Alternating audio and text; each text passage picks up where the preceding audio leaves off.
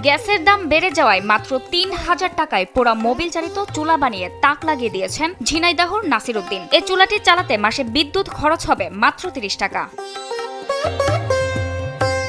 ঝিনাইদহ পৌরসভার মহিষকুণ্ড এলাকার বাসিন্দা নাসির উদ্দিন। তার বানানো চুলায় ব্যবহার করা হয়েছে স্টিলের ওভেন, পোড়া মোবিল এবং মোটর ফ্যান। কাপড় দিয়ে আগুন ধরিয়ে মোটর ফ্যানের মাধ্যমে নিয়ন্ত্রণ করা হয় সেই তাপ। ১ লিটার পোড়া মোবিল ৫০ থেকে ৬০ টাকায় কিনে ৬ থেকে ৭ ঘন্টা রান্না করা যাবে। এছাড়াও গ্যাসের চুলার তুলনায় বেশি তাপে রান্না করা সম্ভব এ চুলাই দাবি করেন নাসির। চুলা তৈরিতে তার খরচ হয়েছে মাত্র ৩,০০০ টাকা, আর বিদ্যুৎ খরচ পড়বে প্রতি মাসে ৩০ টাকা। স্যান্ডেলিনা সো, রূপচর্চায় আভিজাত্য।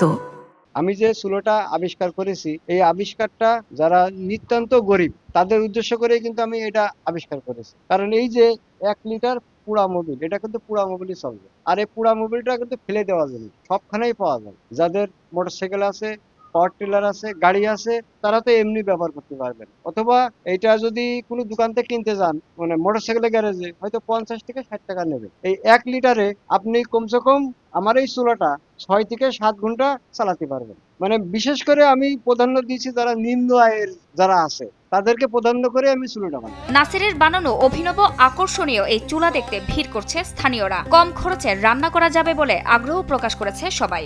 এখানে গ্যাসের চুলো বানাচ্ছে এবং মোবিলের দ্বারাই চলছে, গরিব মানুষের জন্য সুবিধা হবে, এগুলো ভালোই সাশ্রয় হবে।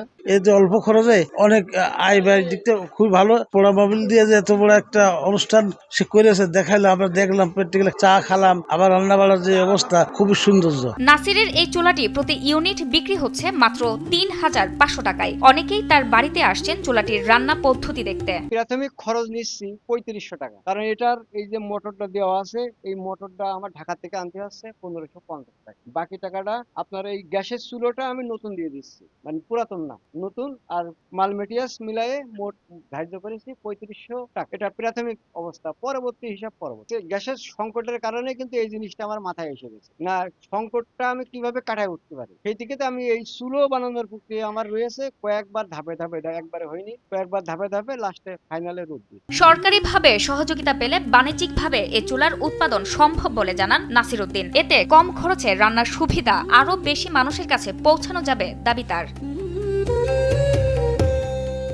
জান্নাতুল ফেরদৌস, কালবেলা।